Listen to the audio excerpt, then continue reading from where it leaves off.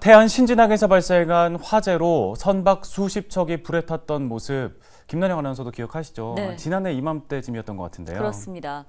1년 딱 지났는데요. 피해 선주들은 그동안 일도 없이 빚만 늘어났다며 실질적인 지원 대책을 바라고 있습니다. 자세한 소식을 한범호 기자가 전해드립니다. 지난해 발생한 태안 신진항 화재 영상입니다. 정박한 배에서 시뻘건 불길이 치솟습니다. 주변으로 옮겨붙은 불은 선박 30여 척을 태운 뒤에야 꺼졌습니다. 조업 손실을 제외한 피해 금액만 170억 원 이상. 초기 진압이 제때 이뤄지지 못한 데다 불씨 관리에 실패해 2차 화재까지 이어지면서 피해가 더 커졌습니다.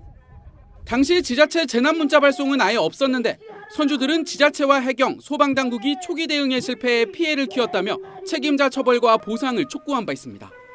큰 경비정들이 도착한 시간은 화재가 발생한 이후 1시간이 훨씬 넘어서 왔어요.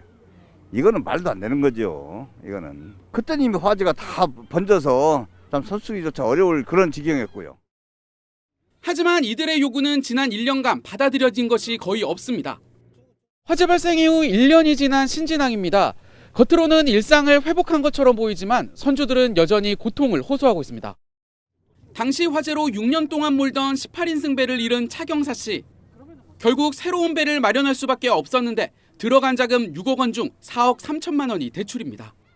매달 나가는 이자만 60만 원 정도. 원금까지 생각하면 언제 다 갚을 수 있을지 막막하기만 합니다.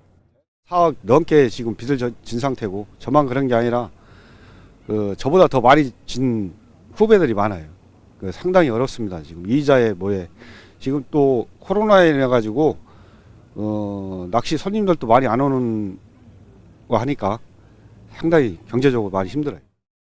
화재 이후 정부와 지자체가 내놓은 대책 대부분은 융자 지원에 그쳤습니다. 나머지는 비용 절반 정도를 자부담하는 선박 장비 지원 정도입니다. 22년도에는 어선 사고 예방 시스템 구축 국도비 지원 사업으로 3월 말에 사업 신청서를 접수받은 후 추진할 계획입니다.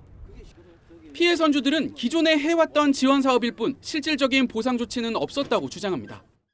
조속한 화재 복구나 선박 건조가 안 되어 지금까지 1년 동안 생업의 종사를 제대로 못하고 있는 선박들도 대부분입니다. 그래서 저희는 정부의 진실을 다시 한번 규명해서 철저한 보상과 책임 소재를 규명하고 앞으로 살아나갈 대책을 열어주실 것을 강력히 촉구합니다. 화재 발생 후 1년이 지나도록 대책 마련을 촉구하고 있는 신진항 주변 선주들. 충남도와 태안군은 법적 근거가 없다며 추가 보상 대책 마련에 난색을 표하고 있어 향후 선주들의 한숨은 더욱 깊어질 것으로 보입니다. 헬로티비 뉴스 한보호입니다.